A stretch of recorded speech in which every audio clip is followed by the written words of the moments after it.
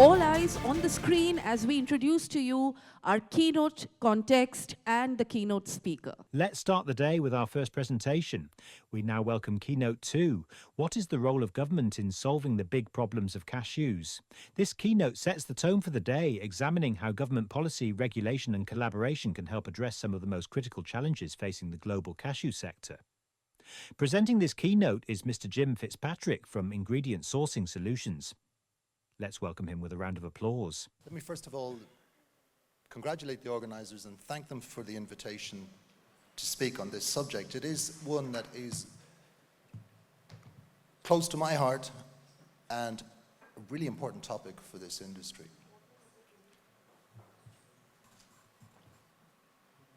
Since 2018, government interventions and the debates around them have been the single greatest contributor to market uncertainty and volatility. Increased interventions, especially in African countries, have created a complexity that even the regulators themselves struggle to keep up with. And it's not just in Africa. For example, the introduction of the Indian cashew kernels, import tariff on kernels, was probably the most influential measure of the last 25 years.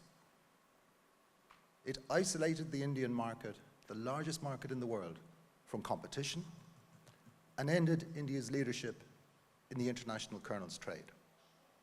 There will, by the way, be an interesting debate on this very topic toward the end of today. But back to that task in hand. From heavy-handed import tariffs to protect inefficient industries, to blanket bans on RCN, to unrealistic pricing mechanisms, to production drives without associated marketing. Well-intended interventions have often had unintended consequences. Discouraging investment, increasing the risk profile for financial institutions, and entrenching a business culture based on speculation and short-term thinking. But let's be clear, these are not problems of policy. These are problems of implementation, poor information systems, under-resourcing, failure to harmonize cross borders, political expediency, and most often, the over-influence of self-interested actors. Nor are they just problems of economics or business. They are deeply human problems. The choices made shape the livelihoods of millions of smallholder families, the resilience of their communities, and the sustainability of our environment. So what are the problems, and how have policymakers responded? The modern story of government intervention in the cashew sector began about 20 years ago. In 2006, there was virtually no policy or regulation of the cashew sector, as hard as that is to believe today. Cashew policy started as a reaction to the exploitation of smallholder farmers at a time when supply was growing rapidly, the RCN trade was even more anarchic than it is today, and when farm gate prices had hit all-time lows. In that environment, governments took on the role of building a safety net for the weakest, the millions of smallholder farmers without whom there would not be a cashew sector. This, I believe, is the most important role of governments in solving the sector's problems. All policy since then has been influenced by this role. Measures such as improving yields or quality for vulnerable producers, creating jobs by origin processing, taxation of RCN exports, or protection of domestic jobs through import tariffs are all expressions of this objective. But making the game fair by balancing power between actors is a demanding task. Policymakers and their advisors must understand the market. Market information, including domestic market information, must be accurate, unbiased, and timely. The potential consequences of actions on all actors in the chain, home and abroad, must be well understood. Yet the evidence of the past decade indicates that reality is far from this ideal. Decisions are made without accurate information or understanding. Communication between government and stakeholders is low. Short-term thinking rules the day. Successes are over-celebrated and problems are underestimated. Over the past 20 years, cashew production has more than doubled. African production has grown fivefold. Cambodia has grown from 60,000 tons in 2006 to over 1 million tons expected in 2026. Thankfully, consumption has more than doubled too. But despite progress, processing remains highly concentrated. 86% of the world's cashews are processed either in India or Vietnam. As a result, the international trade in raw cashew nuts has surged. It's actually 4 times the volume it was in 2008.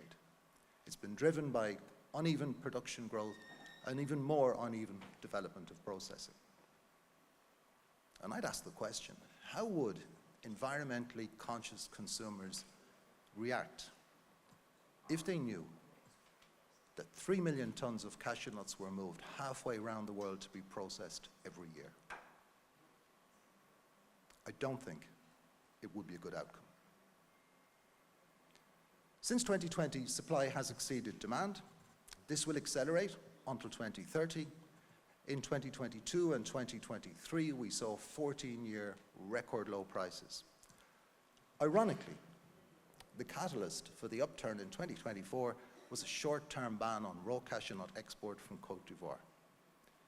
In this environment, I ask the question, could we be returning to the bad old days when farm gate prices were below production cost? I'd argue that smallholder cashew farm families are more in jeopardy today than at any time since 2010. Therefore, there is an increased need for a considered, balanced and informed role for governments to solve the problems of the sector, primarily to build a safety net for the weakest. And I'd ask, if governments won't take this responsibility, then who will?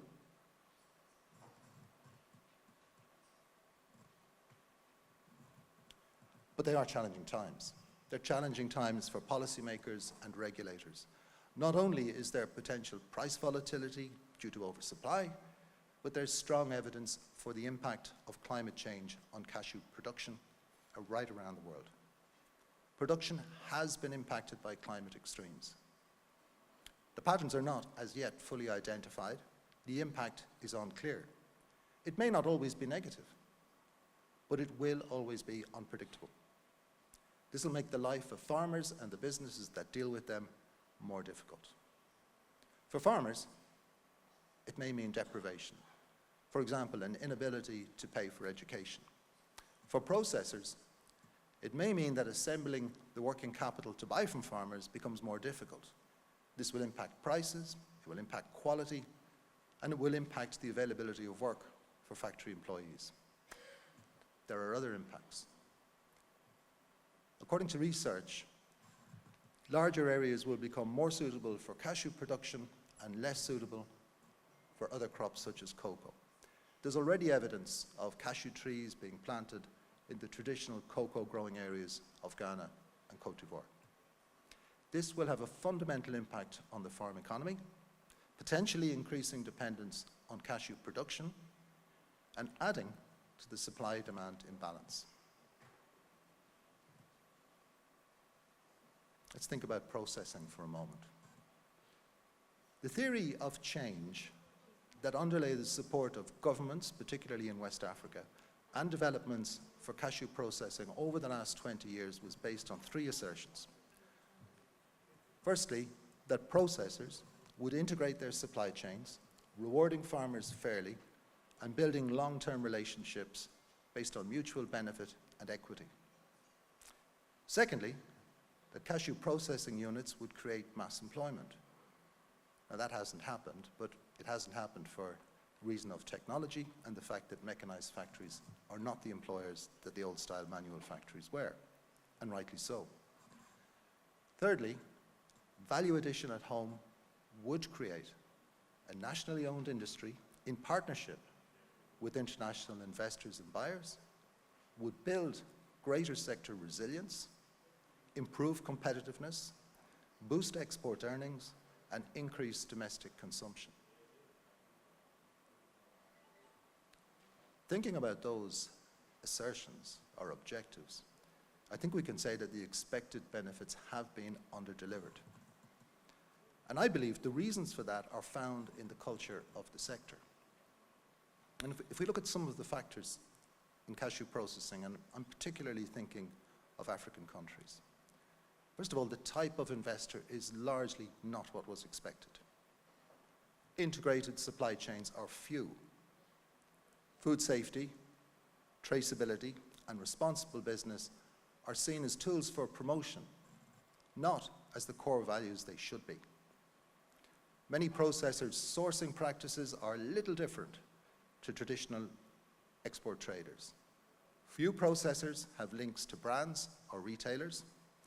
The approach to sales and marketing remains what I would call commodity style, based on price quality and tending to adversarial type relationships. This culture reduces benefits to farmers, increases the chances that factories will close when times are difficult, and it allows investment to be used as leverage in negotiation with governments. Those same governments who are often struggling with their own overambitious goals and unrealistic timeframes. We work in a sector that is or may become environmentally unsustainable, oversupplied, and moving contrary to consumer trends. The reasons why people buy cashew nuts today can easily become the reasons they do not buy them tomorrow.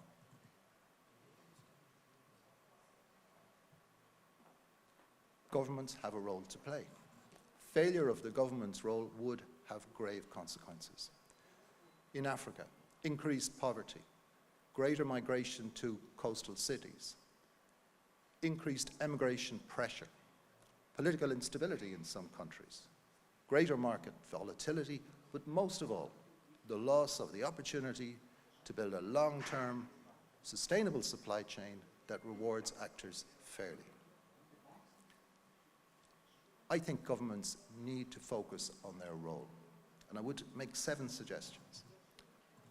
Firstly, governments should continue to protect the weakest members of the chain, the smallholder farmers, and in particular, to avoid interventions that shift market volatility to the farm gate. Secondly, to regulate the balance of power of actors, not to control markets, especially keeping compliance with regulation costs, proportionate to avoid driving informal behavior such as smuggling. Thirdly, to be informed. Make evidence-based decisions and inform actors of those decisions and of the evidence to help them make their decisions. Fourthly, be predictable and credible. Markets do not like surprises. Minimize ad hoc policy changes. Minimize bans and sudden tariff shifts. Recognize that uncertainty disproportionately harms farmers. 5, set realistic goals. Align ambitions with administrative capacity. Focus on effectiveness rather than on symbolic interventions. 6, step back from direct participation in processing or byproducts. Past experience in Tanzania, in Vietnam, in Kerala, and elsewhere show that governments have failed in processing. Enable the private sector. Don't try to replace it. And finally, work globally to build generic promotion of cashew kernels, and work regionally to harmonize policy and regulation wherever that may be possible.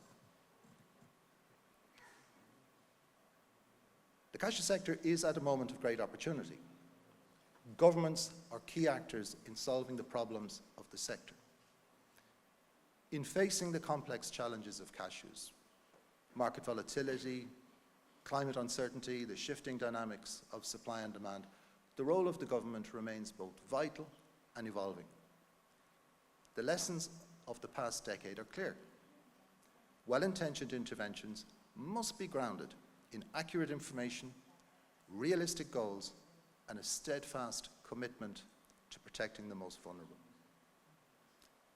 Governments must act as informed stewards of the sector, balancing regulation with predictability and fostering collaboration with domestic stakeholders and across borders. The future depends on the choices we make to ensure sustainability, equity, and resilience for millions of livelihoods. As the sector stands at a crossroads, it is only through wise, evidence-based, and compassionate governance that today's challenges can become tomorrow's opportunities. Thank you very much indeed. Thank you so much, Mr. Jim Fitzpatrick, for your, as always, a deeply incisive address. Ladies and gentlemen, before we proceed ahead, I would like to inform you that we are deeply honored to have with us this morning the INC Ambassador to China, and also from CHK Trading Company Limited, Mr. Cheng Hung Kei. With over 40 years of experience, he's here with us this morning at the World Cashew Conference 2026. And since we have such an illustrious gentleman in the house, who else but him that I should request to present a memento to Mr. Jim Fitzpatrick. Let's have a round of applause for Mr. Cheng Hung Kei.